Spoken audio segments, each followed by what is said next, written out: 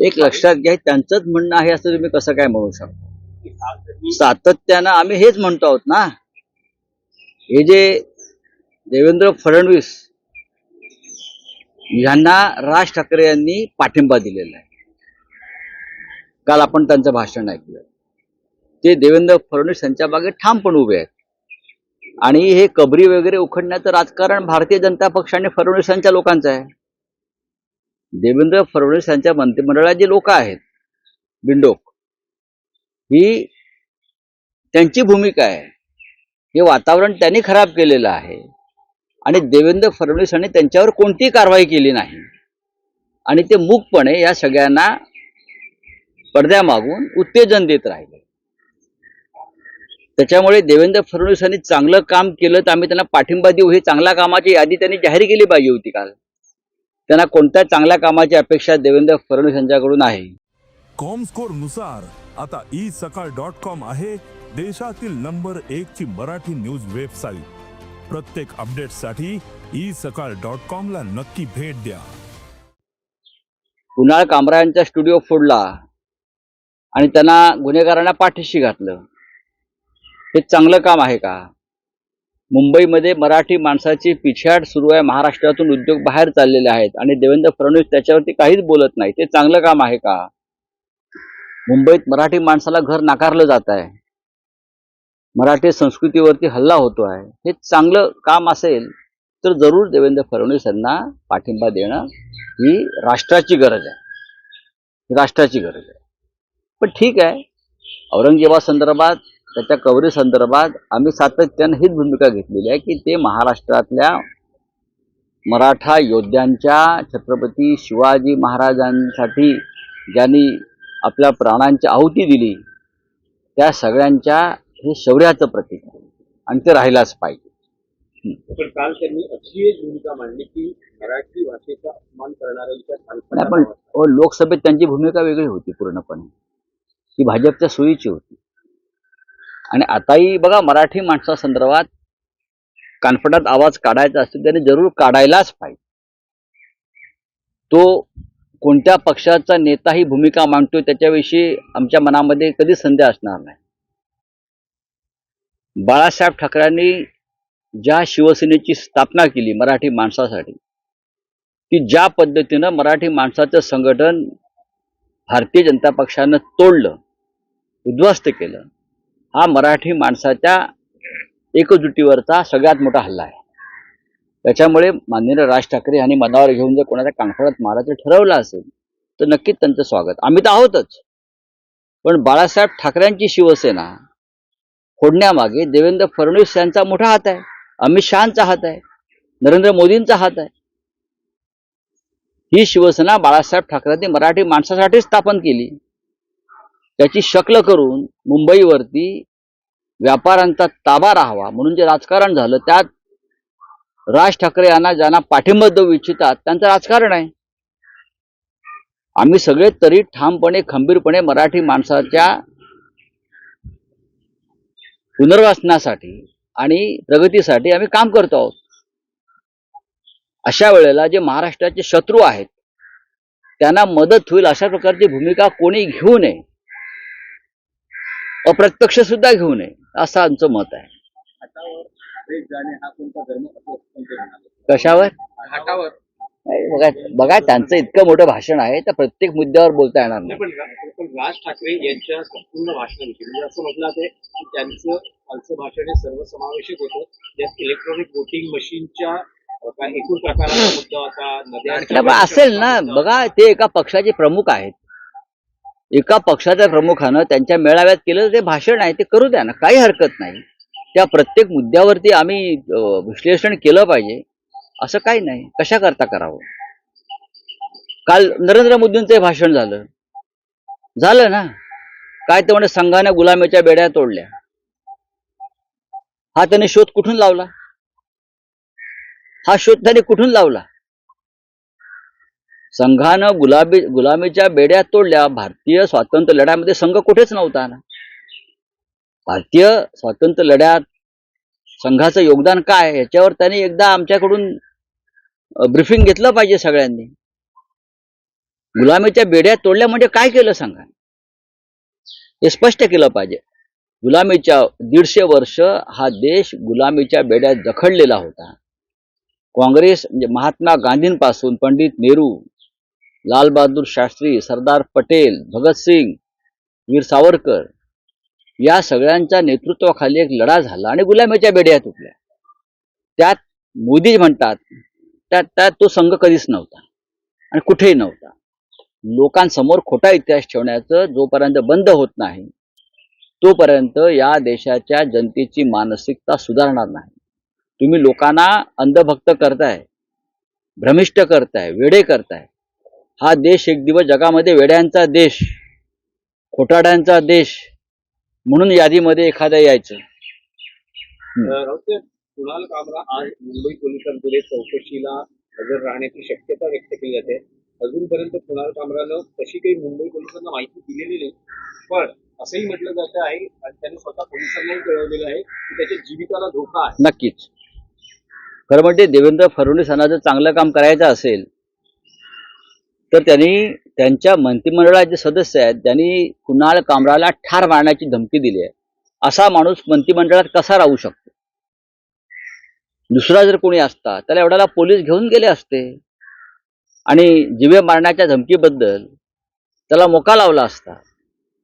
त्यांच्या मंत्रिमंडळात असे काही लोक आहेत ज्याने कुणाल कामराला टायरवरती उलटा टांगून मारणं म्हणजे ठार करणं किंवा जिवंत कसा राहतो ते बघतो अशी भाषा करणं ही तुमच्या मंत्रिमंडळातले सदस्य करतायत आणि गृहमंत्री बधीर आणि मूक अवस्थेमध्ये हे सगळं सहन करतायत. स्वातंत्र्य जपायला थोडं आपण सर्वोच्च न्यायालय म्हणतो प्रताप गडींच्या केसमध्ये हे जुना झाला विषय, त्याच्यावरती माझं बोलणं झालेलं आहे. हा विषय 3 दिवसापूर्वी आलेला आहे. काल तुम्ही ट्विटरवर तुमचं जे आगामी पुस्तक आहे नरकातला स्वर्ग याचं मुखपृष्ठ लोकांसमोर आणलेलं आहे. लोकांना उत्सुकता आहे. आर्थर रोड मधल्या तुमच्या अनुभवांवर आधारित आर्थर रोड मधले अनुभव तर आहेत, त्यापेक्षा त्या काळामध्ये जे देशातलं वातावरण होतं, नरेंद्र मोदी, अमित शहा आणि महाराष्ट्रातील भाजपचे काही टुकार नेते यांनी ईडी, सीबीआय, पोलीस यांच्या मदतीनं त्यांना हाताशी पकडून त्यांना गुलाम करून ज्या पद्धतीनं आपल्या राजकीय विरोधकांना छळण्याचा प्रयत्न केला, त्यांच्यावरती खोटे गुन्हे दाखल केले, त्याच्या कुटुंबियांना त्रास दिला, पक्षाच्या कार्यकर्त्यांना त्रास दिला. तो प्रकार नक्की काय होता आणि काय आहे आणि या सगळ्याचं आता काय झालं? आमच्या सरकारने तुरुंगात टाकलं, न्यायालयानं आमची सुटका केली. या सगळ्यांवरती अनुभव जे आहेत माझे, त्या संदर्भात मी जी तुरुंगात टिपणं केली, जो विचार केला, त्याचं पुस्तक प्रसिद्ध व्हावं असं माझ्या अनेक सहकाऱ्यांचं म्हणणं होतं. कारण मी सतत लिहित असतो, संपादक म्हणून, लेखक म्हणून, पण या विषयावर स्वतंत्र पुस्तक करावं म्हणून ते पुस्तक तयार झालेलं आहे. आणि साधारण पुढल्या 15 दिवसामध्ये नरकातला स्वर्ग या पुस्तकाचं प्रकाशन मुंबईत होईल. मराठी, हिंदी आणि इंग्रजी पुस्तकाचं प्रकाशन हे दिल्लीला होईल असं साधारण आमची योजना आहे. तर पाहू आता त्याचं लोक कसं स्वागत करतात. चालू आहे त्याच्यावर चर्चा. मुंबई मराठीतलं तर आम्ही करूच इथे. त्याच्यावर आम्ही सगळे आमचे प्रकाशक जे आहेत, शरद तांदळे किंवा इतर काही माझे सहकारी आणि मित्र आहेत,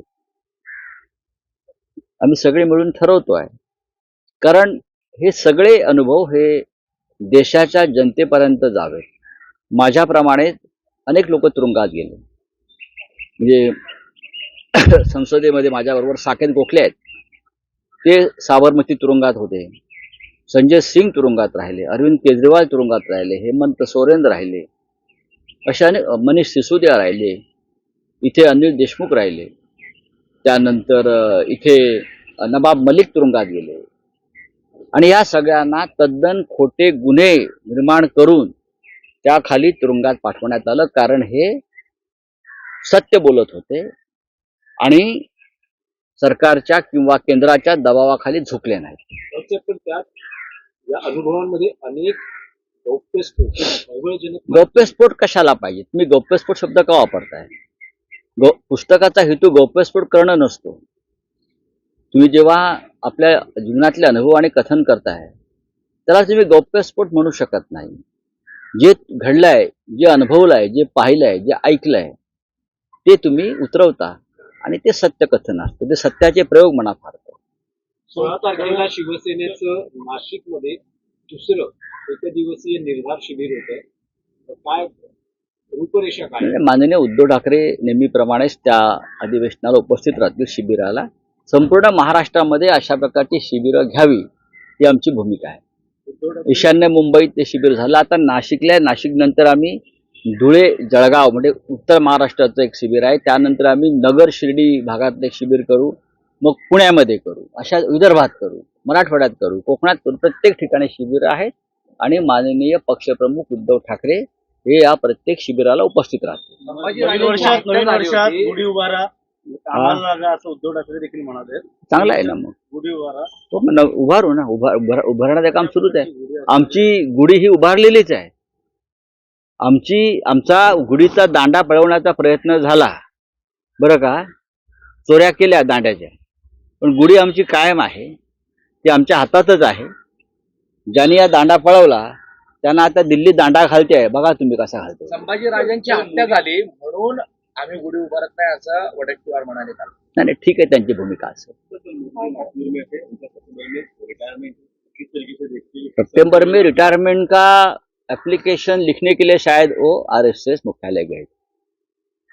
मेरी जो जानकारी है 10-11 साल में कभी मोदी जी गए नहीं. मोदी जी गए हैं, वो बताने के गए हैं मोहनराव भागवत जी से कि टाटा बाय बाय मैं जा रहा हूं. अब देखिए, दो बातें हैं आरएसएस की जो मेरे समझ में आई है. एक तो मोहनराव भागवत यानी सरसंघ चालक और पूरा संघ परिवार देश के नेतृत्व में बदलाव चाहता है. अब मोदी जी का समय खत्म हो गया है और देश में बदलाव चाहता है और बीजेपी का राष्ट्रीय अध्यक्ष भी अपने मर्जी से चुनना चाहता है. तो इसलिए मोदी जी वहां गए थे. मोदी जी जा रहे हैं.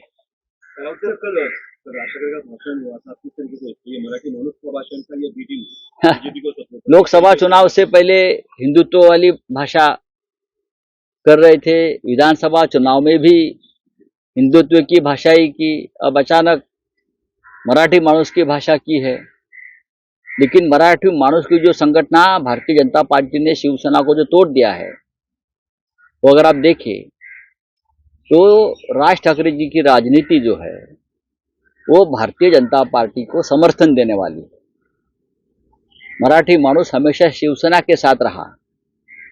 आप उनको ही तोड़ना चाहते हैं और तोड़ने वाले भारतीय जनता पार्टी है. तो जो बीजेपी के साथ रहेगा वो मराठी मानुस का दुश्मन रहेगा.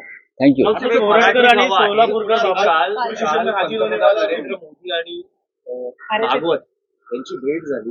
काय संकेत आहेत या भेटीत? संकेत स्पष्ट आहेत आणि जी माहिती बाहेर येते आहे ती स्पष्ट दिसते आहे की सप्टेंबर महिन्यात नरेंद्र मोदी यांनी जाहीर केल्याप्रमाणे जे धोरण आहे की 75 वर्ष झालेल्यांनी सत्तेच्या पदावर राहू नये. कोणत्याही मंत्री, प्रधानमंत्री, राष्ट्रपती. त्याच्यामुळे सरसंघ चालकांनी त्यांना ह्या त्यांच्या भूमिकेची किंवा संघाच्या भूमिकेची आठवण करून देण्यासाठी त्यांच्याशी चर्चा केली की आता आपला वेळ आलेली आहे. सप्टेंबर महिना येतो आहे तेव्हा देशाचं नेतृत्व बदलावं लागेल. दुसरं म्हणजे भारतीय जनता पक्षाच्या राष्ट्रीय अध्यक्षपदासाठी सुद्धा संघाची एक भूमिका आहे असं समोर आलेलं आहे आणि त्यानुसार संघाला हवी असलेली व्यक्ती भाजपच्या अध्यक्षपदी यावी ही भूमिका संघाची मला स्पष्टपणे दिसते. ज्या अर्थी 10-11 वर्षांनी नरेंद्र मोदींना नागपुरात जाऊन सरसंघ चालकांना भेटावं लागलं ही काय साधी गोष्ट नाही. इतक्या वर्षात गेले नाहीत. नड्डा यांनी तर आम्हाला संघाची गरजच नाही 400 पार करण्यासाठी अशी भाषा आहे. जेव्हा राष्ट्रीय अध्यक्ष बोलतो भाजपचा तेव्हा ते प्रधानमंत्री मोदींचीच भूमिका असते. हे जेव्हा तुम्ही समजून घेता तेव्हा मोदी यांना संघ कार्यालयात का जावं लागलं हे स्पष्ट आहे. पण रावसाहेब, नरेंद्र मोदी हे स्वतःला ईश्वराचा अंश समजतात. म्हणजे ईश्वरानं साक्षात त्यांना सत्कार्य करायला भूतलावर पाठवलंय असंही त्यांचं म्हणणं होतं आणि ईश्वराला कधी निवृत्ती नसते. रामकृष्णही आले गेले. ईश्वर आहेत ना, ईश्वराचाही मृत्यू झाला. राम गेले, कृष्णही एका बाणानं पारध्याच्या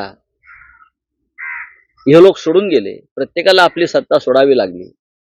देव असो किंवा मनुष्य असो, ते विष्णूचे अवतार आहेत, ते नॉन बायोलॉजिकल आहेत. हे जरी खरं असलं तरी हिंदुस्थान हा देश नॉन बायोलॉजिकल नाही. हिंदुस्थानची 140 कोटी जनता ठरवते. तुम्ही त्यांना किती मूर्ख बनवायचा प्रयत्न केलात तरी तुम्ही जे एक धोरण स्वतःसाठी तयार केलेलं आहे, आपल्या सहकाऱ्यांसाठी 75व्या वर्षी निवृत्त व्हावं लागेल आणि तुम्हाला केदारनाथच्या गुफेत जावं लागेल. फकीर आदमी है, झोला लेकर आया था, अब झोला भरकर जाएगा. झोला बहुत भरा है उनका. पण तुम्हाला काय वाटतं की मोदींचे वारसदार कोण असतील? मोदींचे वारसदार कोण असतील? ते राष्ट्रीय स्वयंसेवक संघ ठरवेल असं दिसतं या क्षणी.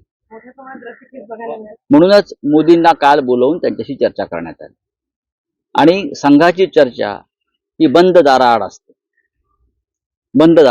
आणि ती बंद दाराआडची चर्चा शक्यतो बाहेर येत नाही. तरीही काही संकेत जे असतात ते संकेत स्पष्ट आहेत. संघ ठरवेल पुढला नेता आणि तो बहुतेक महाराष्ट्रातला असेल. देश विदेशातील प्रत्येक घडामोडींचे लाईव्ह अपडेट मिळवण्यासाठी आता साम टीव्हीच्या सर्व सोशल मीडिया प्लॅटफॉर्मला लाईक, फॉलो आणि सबस्क्राईब करा. तसंच सर्व नोटिफिकेशनसाठी बेल आयकॉन प्रेस करायला विसरू नका.